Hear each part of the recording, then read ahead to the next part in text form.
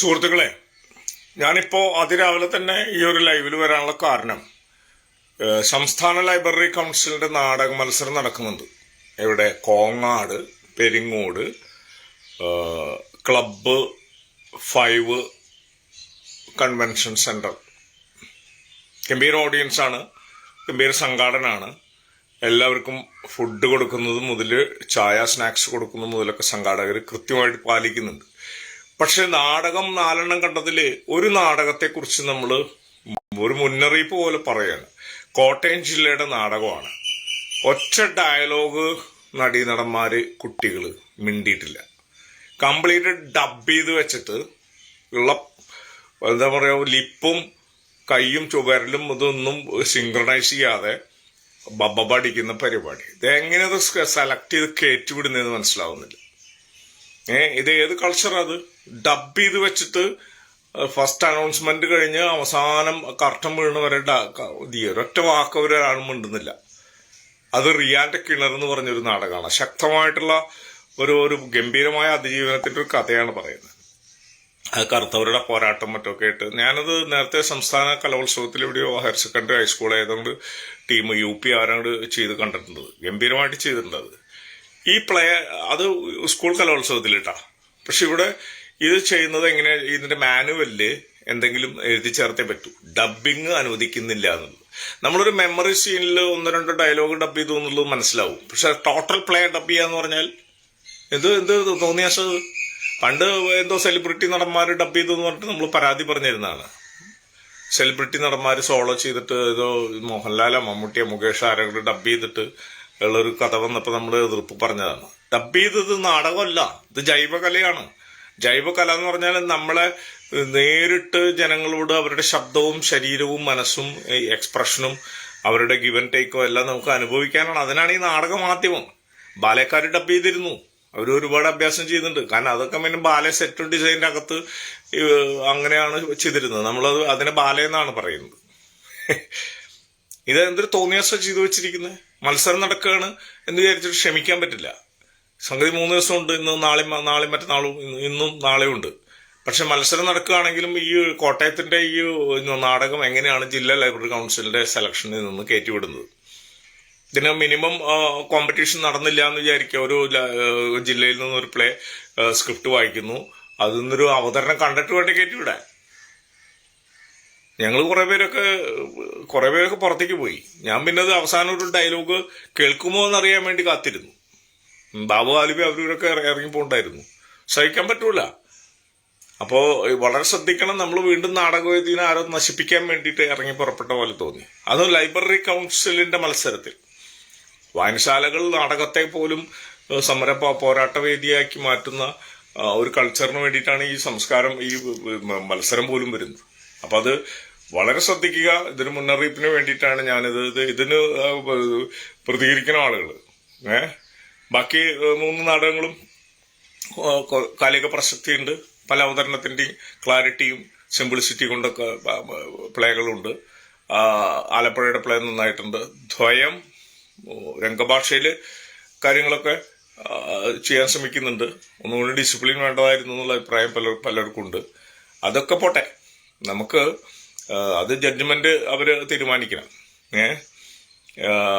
NS മാധവന്റെ കഥ എടുത്തിട്ട് കോഴിക്കോട് ചെയ്തു. ഒക്കെ വളരെ സിമ്പിളായിട്ടുള്ള രംഗഭാഷകളിലൂടെയാണ്. അഭിനേതാക്കളും ഒക്കെ നന്നായിട്ട് തന്നെ പെരുമാറുന്ന രീതിയിലാണ് അവരൊക്കെ വരുന്നത്. പക്ഷെ കോട്ടയത്തിന്റെ എന്ത് അഭിനേതാക്കള്, യന്ത്രം പോലെ. അപ്പൊ ഞാനൊരു കമന്റ് ഇടും ചെയ്തു, ഭാവിയിൽ AI-യുടെ നിയന്ത്രണത്തിൽ നാടകം ഡയറക്ട് ചെയ്തിട്ട് കുറെ കമ്പ്യൂട്ടറുകൾ കുറെ റോബോട്ടുകളും നാടകം ചെയ്ത് എങ്ങനെ ഇരിക്കും? ഇങ്ങനെ ഞങ്ങൾ എന്നൊക്കെ പറഞ്ഞ് ഇങ്ങനെ വർത്താനം പറയുന്ന ഒരു രീതി വരും. ഒരു മനോധർമ്മത്തിന്റെ സാധ്യത ഒരു AI-ക്കും സാധ്യമല്ല, മനുഷ്യന് മാത്രമേ സാധ്യമുള്ളൂ. ഇതിപ്പോ നമ്മൾ ചെയ്തു കഴിഞ്ഞാൽ മാത്രം പ്രോഗ്രാമർ ആക്കാനേ പറ്റുള്ളൂ, ഏത് കമ്പ്യൂട്ടറിനും ഏത് റോബോട്ടിനും.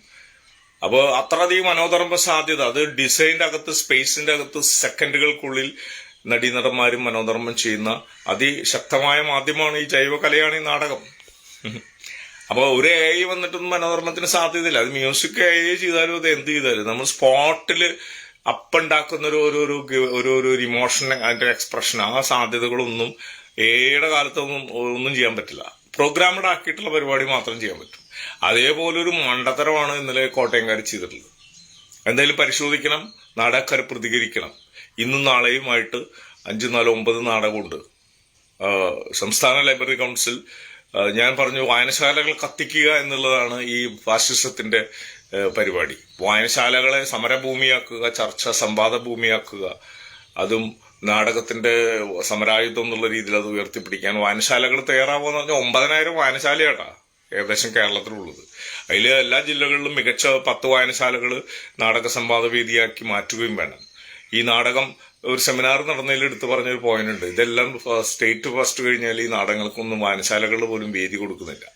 ലൈബ്രറി കൗൺസില് മത്സരം നടത്തി കഴിഞ്ഞു, വിൻ ചെയ്ത നാടകങ്ങൾ എവിടെ പോയി കളിക്കുന്നു എന്നുള്ളത്. നമുക്ക് സംഗീത അക്കാദമിയുടെ നാടകങ്ങൾ 1st, 2nd, 3rd കിട്ടിയ പ്ലേകൾക്ക് കുറേയധികം വേദികളുണ്ട് എന്നുള്ളത് കേൾക്കുമ്പോൾ സന്തോഷമുണ്ട്. പിന്നെ പോലെ തന്നെ എനിക്കിപ്പോ ഈ ലാപ്പൽ മൈക്ക് വെച്ച് ചെയ്യുന്നതിനോടൊന്നും ഞാനധികം യോജിക്കുന്ന ആളല്ല. ലാപ്പൽ മൈക്ക് വെച്ച് ഇപ്പൊ ഈ അടുത്ത് നമ്മുടെ അലിയാറിന്റെ പ്ലേ പോലും അങ്ങനെ വന്നു. പക്ഷെ ലാപ്പൽ മൈക്ക് വെക്കുമ്പോൾ ഒരു ഗതികേട് എന്താണെന്ന് വെച്ചാൽ ഇടയ്ക്ക് അത് ബ്രേക്ക് ആവുന്നത് വന്നിരുന്നു. അലിയാറിന്റെ അതിശക്തമായ പ്ലേയിൽ പോലും എല്ലാവരും ലാപ്പൽ മൈക്ക് ആണ് ഉപയോഗിക്കുന്നത്. ഇതിന്റെ പ്രശ്നം എന്ന് വെച്ചാൽ നമുക്കിപ്പോ ചെകിടത്ത് തല്ലുന്ന ഒരു സീൻ ഒന്ന് ഫിസിക്കൽ തിയേറ്റർ ഉപയോഗിച്ച് നിലത്ത് കിടന്ന് ഉരുളാണ്ടി വന്ന ഒരു സ്ഥലത്തൊക്കെ അത് പൊളിഞ്ഞു പാളിശായി പോകും. അപ്പോ ലാപ്പൽ മൈക്ക് പോലും വെച്ച് അഭിനയിക്കുന്നതോട് ഞാനധികം യോജിക്കുന്ന ആളല്ല, സോളോ ആണെങ്കിൽ പോലും. അത് അത്രയും നമ്മൾ ഇന്റിമേറ്റ് തിയേറ്ററിൽ നമ്മുടെ ശബ്ദം നമ്മുടെ ഇത് വരണം. ടെക്നോളജി വന്നിട്ട് ഇങ്ങനെ അപ്പൊ നമ്മൾ കഥാപാത്രം ഒരു തെരുവുതണ്ടിയാണ് എന്ന് വിചാരിക്കാം. തെരുവുതണ്ടി ലാപ്പൽ മൈക്ക് വെച്ചിരിക്കുമ്പോ എന്താ എങ്ങനെ ഉണ്ടാവും? അമ്മ വല്ലതും തരണ്ടേ ഇതൊക്കെ പറഞ്ഞ് ലാപ്പൽ മൈക്കിൽ തെരുവുതണ്ടി, കള്ളൻ പോലീസ്. ഞാൻ പറഞ്ഞു ഇങ്ങനെ അങ്ങനത്തെ ഒരു കൾച്ചർ പോലും എനിക്കധികം ഇഷ്ടമല്ല. അതില്ല, അത് ചെയ്യാൻ പാടില്ല. പഞ്ചാരിയും പാണ്ടിയും കൂട്ടുന്ന ഒരു റെക്കോർഡ് ചെയ്ത് വെച്ചിട്ട് ഇങ്ങനെ മൈം ചെയ്ത് എങ്ങനെ ഇരിക്കും? കുട്ടന്മാരും സതീശന്മാരും പുള്ള റെക്കോർഡ് ചെയ്ത് വെച്ചിട്ട് അവരിങ്ങനെ മൈം ചെയ്ത നല്ല സുഖം ഉണ്ടാവില്ലേ? കൂത്ത് കൂടിയാട്ടം ഇതൊക്കെ കംപ്ലീറ്റ് പെർഫോമൻസിലാണ്. കഥകളി അവർ ലാപ്പൽ മൈക്ക് വെച്ചിട്ടല്ല ചെയ്യുന്നത്. കൂത്ത് കൂടിയാട്ടം, തെയ്യം. അപ്പൊ നമ്മളും നാടകക്കാർ പോലും എന്തോ ഒരു എളുപ്പവഴി നോക്കുന്നുണ്ട്. ടെക്നോളജി വികസിക്കുമെന്നേ, ശരിയാണ് എന്ന് വിചാരിച്ച നല്ല സൗണ്ട് സിസ്റ്റം ഉണ്ട് ഇപ്പോൾ. ആംബിയൻസ് എത്ര വേണമെങ്കിൽ പിടിക്കുന്നുണ്ട്. നമ്മൾ പൂർണ്ണമായ അതൊരു ഹോളി ആക്ടർ എന്ന് പറയുന്ന ഇയാളുടെ നമ്മുടെ ഹോളി ആക്ടർ എന്ന് പറഞ്ഞ കൺസെപ്റ്റ്. അപ്പോൾ ആ ഒരു ഇതിനകത്ത് പൂർണ്ണനായിട്ടുള്ള ഒരു മനുഷ്യനാണ്, ഒരു പോരാട്ടത്തിന് തയ്യാറെടുക്കുന്ന ഒരു യോദ്ധാവാണ്. എന്തും ചെയ്യാം, നിശബ്ദത. അങ്ങനെ ആ ശബ്ദം വരുന്നിടത്ത് ലാപ്പൽ മൈക്ക് വരുന്നു എന്ന് പറഞ്ഞാൽ ഞാൻ പറഞ്ഞില്ലേ നേരത്തെ ഈ സംഭവിച്ച ഒരു ഗതികേടുകൾ പലർക്കും കണ്ടിട്ടുണ്ടത്. നീണ്ടു മലർന്ന് കിടക്കാൻ പറ്റില്ല, കാരണം ഈ സാധനം ഇത് പിന്നിലിരിക്കുന്നുണ്ടാവും. അപ്പൊ അത് വേറൊരു രീതിയിൽ പരിശോധിക്കപ്പെടേണ്ട ഒരു വിഷയമാണ്. പക്ഷെ ഡബ്ബിങ് ഒരിക്കലും അനുവദിക്കാൻ പാടില്ല. അതാണ് ഇന്നലെ സംഭവിച്ചത്. ഇനി നമ്മളത് എല്ലാ സംവാദങ്ങളും എടുത്ത് പറയണം.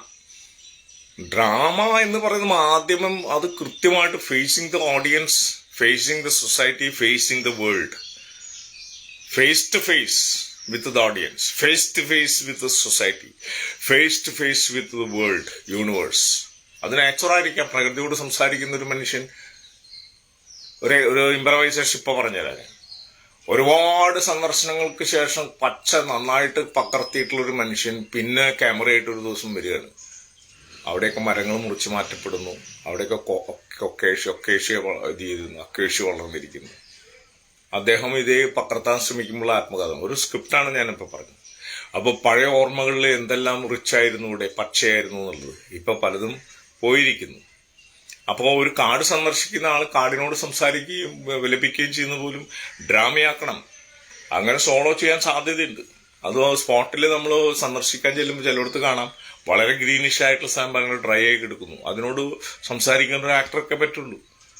മൃഗങ്ങൾക്ക് അവര് സംസാരിക്കാൻ പറ്റില്ലല്ലോ, അവര് ഒഴിഞ്ഞു മാറിപ്പോയിട്ടുണ്ടാവും. താമസയോഗ്യം അല്ലെങ്കിൽ അവര് മാറിപ്പോവും. നമ്മൾ വീണ്ടും ചെല്ലുമ്പോഴാണ് നമ്മൾ ഈ വേവലാതികൾ പറയാ. അപ്പൊ ആ സമയത്ത് ഡബ് ചെയ്ത് വെച്ചിട്ട് പറയാൻ പറ്റുമോ? അപ്പോ ഇങ്ങനെയുള്ള ചില വീണ്ടും നാടകവേദി ഉണർന്ന് ഒരുപാട് അവതരണങ്ങൾ, ഒരുപാട് സംഘാടകർ ഉണർന്നു വരുന്ന സമയത്താണ് ഈ അഭ്യാസം കോട്ടയത്തെ ലൈബ്രറി കൗൺസിൽ ചെയ്തിരിക്കുന്നത്. ബാക്കി നാടകങ്ങൾ ഇനി സംഭവിക്കുന്നുണ്ട്, ചിലത് പോയി കാണാനുള്ള പരിപാടിയുണ്ട്. അപ്പൊ എന്തായാലും നമ്മളൊരു കാലത്ത് എഴുന്നേറ്റ് ഇത് പറഞ്ഞേ പറ്റൂ എന്നുള്ളതുകൊണ്ട് പറഞ്ഞതാണ്. ജൈവകല എന്നുള്ളതിന്റെ 100% നീതി പുലർത്തി വേണം ചെയ്യാനായിട്ട്. 100% പൂർണ്ണമായിട്ടും ഈ അഭിനേതാക്കളെ കാണുന്ന രീതിയിൽ വേണം അതിന്റെ ലൈറ്റ് ഡിസൈൻ ചെയ്യാൻ. ലൈറ്റൊക്കെ നന്നായിട്ട് ഡിസൈൻ ചെയ്തു, പക്ഷെ അഭിനേതാവ് മുങ്ങിപ്പോരുത്. അലിയാറൊക്കെ ചെയ്തത് അഭിനേതാക്കളെ മുഴുവനായിട്ട് നമുക്ക് പുറത്തെടുക്കുന്ന രീതിയിലാണ്. ആ ലാപ്പലിന്റെ പോട്ടെ, അത് ചെയ്തിട്ടുണ്ട്. വൈറ്റ് കളറിൽ ചെറിയ ചെറിയ ലാപ്പിൽസ് വെച്ചിട്ടാണ് ചെയ്തത്, ലാപ്പിൾ മൈക്കുകളാണ്. അത് അവർ പരിശോധിക്കണം. പക്ഷെ എന്നാലും ആക്ടേഴ്സ് നന്നായി ചെയ്യുന്നുണ്ട്. കളറിങ് നല്ല പ്രാക്ടീസിലാണ് ചെയ്യുന്നത്. അപ്പൊ തീർച്ചയായിട്ടും പൂർണ്ണമായിട്ട് അഭിനേതാക്കളെ പുറത്തെടുക്കുന്ന രീതിയിൽ ചെയ്യണം. ഞാൻ ഇന്നലെ നന്ദജനൊക്കെ ആയിട്ട് സംസാരിച്ചപ്പോൾ ഞാൻ കാലത്ത് തന്നെ വിളിച്ചു പറഞ്ഞൊരു കാര്യമുണ്ട്. എന്താണ് ഈ ക്രാഫ്റ്റ്?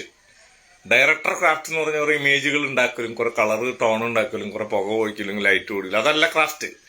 ആക്ടേഴ്സിനെ അവരുടെ സൈക്കോളജിക്കൽ തലങ്ങൾ മനസ്സിലാക്കിക്കൊണ്ട് ടൈം സ്പേസിനുള്ളിൽ ആ ക്യാരക്ടറിന്റെ മൈൻഡ് സെറ്റ് എന്താണ്, ആ ക്യാരക്ടറൈസേഷൻ എന്താണ്, അവരുടെ റിയാക്ഷൻ എന്താണെന്നുള്ളത് കടഞ്ഞെടുക്കലാണ് ഡയറക്ടറുടെ ക്രാഫ്റ്റ്. ഡയറക്ടറുടെ ക്രാഫ്റ്റ് നടീനടന്മാരെ കൊത്തുപണി ചെയ്ത് നല്ല ശില്പഭംഗിയിലേക്ക് കൊണ്ടുവരിക എന്നുള്ളതാണ്. അതിന്റെ അനുബന്ധമായിട്ട് മാത്രമാണ് മറ്റ് ഡിസൈനും ലൈറ്റും മ്യൂസിക്കിന്റെ ഒക്കെ ക്രാഫ്റ്റിന്റെ ആവശ്യമുള്ളൂ. ആക്ടേഴ്സിനെ 100% ഉപയോഗിക്കുക, അതാണ് ഏറ്റവും നല്ല ഡയറക്ടോറിയൽ ക്രാഫ്റ്റ് എന്ന് പറയുന്നത്. അഭിനേതാവിന്റെ ക്രാഫ്റ്റ് എന്താണ്? ഗംഭീരമായിട്ട് എന്താണ് ക്യാരക്ടറിന്റെ പ്രായവും സന്ദർഭവും അതിന്റെ സംഘർഷവും അതിന്റെ സത്ത മനസ്സിലാക്കിക്കൊണ്ട് സൈക്കോളജിക്കലി ആക്ട് ചെയ്യാൻ പഠിക്കുകയാണ്. നമ്മൾ വേറൊരാളായിട്ടിരിക്കുന്നിടത്ത് തട്ടേ കയറി കഴിഞ്ഞാൽ നമ്മൾ ഇന്ന കഥാപാത്രമാണ് എന്നുള്ളതിന്റെ കണ്ടിന്യൂറ്റി, കോൺസിസ്റ്റൻസി അത് ഗംഭീരമായിട്ട് നിലനിർത്തുക. അതിന്റെ ഓരോ പ്രോഗ്രസ്സും നിലനിർത്തുക. അതാണ് ആക്ടറുടെ ക്രാഫ്റ്റ് എന്ന് പറയുന്നത്. അപ്പൊ അല്ലാതെ വേറൊരു ക്രാഫ്റ്റ് ഒന്നുമില്ല. ബാക്കിയെല്ലാം സപ്പോർട്ടിംഗ് ആണ്, സജസ്റ്റീവ് ആണ്. സെറ്റൊക്കെ സജസ്റ്റീവ് മതി, സൂചന മതി. ഒരു മാവ് കാണിക്കേണ്ട കാര്യമില്ല. ഒരു നാമ്പ് ഇതിങ്ങനെ മുളച്ചു നിൽക്കുന്ന ഒരു മാങ്ങണ്ടി ഇങ്ങനെ കൊണ്ടുവച്ചിട്ട് ഇത് കംപ്ലീറ്റ് മാവിൻ തൊപ്പാന്ന് പറഞ്ഞാൽ നമുക്ക് മനസ്സിലാവണം. ഷേക്സ്പിയർ തിയേറ്ററിൽ അത് ചെയ്തിരുന്നു പണ്ട്, ഗ്ലോബ് തിയേറ്ററിൽ. അവിടെ ഇതേപോലെ ലൈറ്റും പരിപാടിയൊന്നുമില്ല. മഞ്ഞ് വീഴുന്നതിന് മുമ്പ് 5 മണിക്ക് മുമ്പ് നാടകം കളിച്ചു പോയിരുന്നു. 2 മണിക്കും 5 മണിക്കിടയിലാണ് അവിടെ നാടകം കളിക്കാറ്. ഇംഗ്ലണ്ടില് 16ാം നൂറ്റാണ്ടില് ഗ്ലോബ് തിയേറ്റർ. ഈ ത്രസ്റ്റ് സ്റ്റേജ് എന്ന് പറയുന്നത് ആദ്യമായിട്ട് ഉപയോഗിച്ചത് ഗ്ലോബ് തിയേറ്ററാണ്, വില്യം ഷേക്സ്പിയറുടെ തിയേറ്ററാണ്. പിന്നെ വലിയ ബാൽക്കണി, അതിന്റെ മുകളിലുള്ള സീന്, ഡിന്നർ ഹാളൊക്കെ അവിടെ ആയിരിക്കും. താഴെ ത്രസ്റ്റ് സ്റ്റേജാണ്. കാട്, മാർക്കറ്റ് പ്ലേസ്, പിന്നെ ഈ ബീച്ച്, ഇതൊക്കെ ത്രസ്റ്റ് സ്റ്റേജിലാണ് വരുന്നത്. 3 സൈഡിൽ ഓഡിയൻസ് ഇരിക്കും ഇങ്ങനെ. അപ്പൊ ഇവിടെ സാധാരണ മനുഷ്യർക്ക് ഇങ്ങനെ ഇരിക്കും. ബാക്കിലെ ബിൽഡിങ്ങില് പ്രഭുവിന്റെ ആൾക്കാരും വലിയ VIP ഇരിക്കും. അപ്പൊ ഇങ്ങനെ ത്രസ്റ്റ് സ്റ്റേജ് അതിഗംഭീരമായിട്ട് ഉപയോഗിക്കപ്പെട്ടത് വില്യം ഷേക്സ്പിയറുടെ കാലത്താണ്. ഗ്ലോബ് തിയേറ്ററാണ്. കമ്മിങ് ടു സീറോ എന്ന് പറഞ്ഞ പോലെ ഗ്ലോബ് തിയേറ്ററിൽ നിന്നാണ് നമ്മൾ വീണ്ടും തുടങ്ങേണ്ടത്. അവിടെ ജൂലിയസ് സീസറും ഒക്കെ യുദ്ധം കഴിഞ്ഞ് വരുമ്പോൾ ഓഡിയൻസിന് ഇറങ്ങി കയറി ഇങ്ങനെ ഇറങ്ങി വരുന്നതും ഇറങ്ങി പോകുന്നതായിട്ടുള്ള രീതിയിലാണ്. ഹൂ ഈസ് ദോർ എന്ന് മാക്ബത്ത് തുടങ്ങുമ്പോൾ ഫസ്റ്റ് ഇരുട്ടിൽ നിന്നിട്ട് ഇങ്ങനെ ഫോക്കസ് ലൈറ്റ് വെച്ചിട്ടല്ല ചെയ്തിരുന്നത്. ഹൂ ഈസ് ദോർ എന്ന് മാക്ബത്തിന്റെ സ്റ്റാർട്ടിങ്ങില് ഒളിവില് ഗാർഡ് ചെയ്ത് നിൽക്കുന്ന ഒരു ഇരുട്ടിൽ കാട്ടിൽ അങ്ങോട്ടും ഇങ്ങോട്ടും സൂക്ഷിച്ചു നോക്കി ഇരുട്ടിൽ അങ്ങോട്ടും സംസാരിക്കുന്നത്. അതെല്ലാം പ്ലെയിൻ ലൈറ്റിലാണ് ചെയ്തിരുന്നത്. കപ്പലിന് പകരം ഒരു വെള്ള അതിങ്ങനെ വെച്ചാൽ അത് കപ്പലാണ്. കാടിന് പകരം പീസ് ഒരു പച്ച അങ്ങനെ തൂക്കിയിട്ടത് കാടാണ്. ബാക്കി ആക്ടറുടെ മിടുക്കാണ് ഇങ്ങനെ ചിത്രീകരിക്കുന്നു. ഇങ്ങനെ നോക്കിയിട്ട് ഹലോ അങ്ങനെ വോയിസ് ബ്രീത്ത് ചെയ്ത് ആത്മകഥകളെല്ലാം ബ്രീത്ത് ഉപയോഗിച്ച് ഫോഴ്സിലാണ് വന്നിരുന്നത്. അലറി പറഞ്ഞിട്ട് പോലെയല്ല ആത്മകഥകൾ. അപ്പൊ അങ്ങനെ വരുന്ന ഒരു വല്ലാത്ത ഒരു തിയേറ്ററിന്റെ കൾച്ചറിൽ നിന്നാണ് നമ്മൾ വരുന്നത്. 30,000 പേരിരുന്നിട്ട് സോഫോക്ലസിന്റെ 2500 വർഷം മുമ്പ് സോഫോക്ലസിന്റെ അക്കിലേസിന്റെ ഒക്കെ നാടകങ്ങൾ, എസ്കിലസിന്റെ ഒക്കെ നാടകങ്ങൾ ഗാലറി ഉപയോഗിച്ചിട്ട്. അപ്പൊ അവര് പോയിക്കാലം ഉപയോഗിക്കുന്നു, ഗ്രൂപ്പ് കോറസ് വരുന്നു. ഇങ്ങനെ ഇത് മൊത്തം വ്യക്തമാകുന്നു. പന്തങ്ങളൊക്കെ ഉണ്ടാവുള്ളൂ, അന്ന് എവിടെയാ ലൈറ്റ്. അപ്പോ അങ്ങനത്തെ ഒരു കൾച്ചറിൽ നിന്ന് കയറി വന്നൊരു മീഡിയനെ 100% പെർഫെക്റ്റ് ആയിട്ട് ഓഡിയൻസിന് സമർപ്പിക്കുക. നമ്മുടെ ശരീരവും മനസ്സും ശബ്ദവും ഓഡിയൻസിന് സമർപ്പിക്കുക. അനുഷ്ഠാനമാണ് അത്. ഓഡിയൻസിന് സമർപ്പിക്കാനാണ് ഈ വന്നു നിൽക്കുന്നത്. ആ അരീനയാകാം, സാൻഡ്വിച്ച് ആകാം, എൻവയറൺമെന്റൽ ആകാം, പ്രസീനി ആയിരിക്കാം. പക്ഷെ facing the audience and dedicated to the audience. എന്നുള്ള വെറുതെ എഴുതി വെച്ചതല്ല. 3A: author, actor, audience. തീർന്നു. ആ 3 നിൽക്കും സംഭവം. അപ്പോ ഞാനിത് നിർത്തുകയാണ്. ശ്രദ്ധിക്കണം, ഡബിങ് മാത്രമായിട്ട് പ്രൊഫഷണൽ നാടകക്കാർ അവിടെ ഇവിടെയൊക്കെ ബാക്കിലേക്ക് പോകുമ്പോൾ മെമ്മറിയിലൊക്കെ ചെയ്യേണ്ടെന്ന് പറഞ്ഞു. അതൊക്കെ മെമ്മറിയിൽ വന്നൊരു ശബ്ദത്തെ കാണിക്കാനാണ്. നല്ല സൗണ്ട് സിസ്റ്റം ഉണ്ട്. ഇത്ര മുട്ടുസൂചി പോലത്തെ സൗണ്ട് സിസ്റ്റം ഉണ്ട് ഇപ്പോൾ. നമ്മൾ ഫോക്കിനൊക്കെ ഉപയോഗിക്കുന്നുണ്ടല്ലോ. ഇങ്ങനെ ഞാൻ എടുക്കുന്നത് തടസ്സമാവില്ല. ഈ ഇത്ര പോകുന്ന മയക്കം മുഖമൊന്നും മറയ്ക്കില്ല. അപ്പൊ അങ്ങനെയുള്ള ഒരു രീതിയുണ്ട്. കാലത്ത് തന്നെ ഇങ്ങനെ ഒരു സംസാരം ചെയ്തത് മാത്രം. Thank you very much. ഞാൻ ചക്കോടി അന്തിക്കാട്.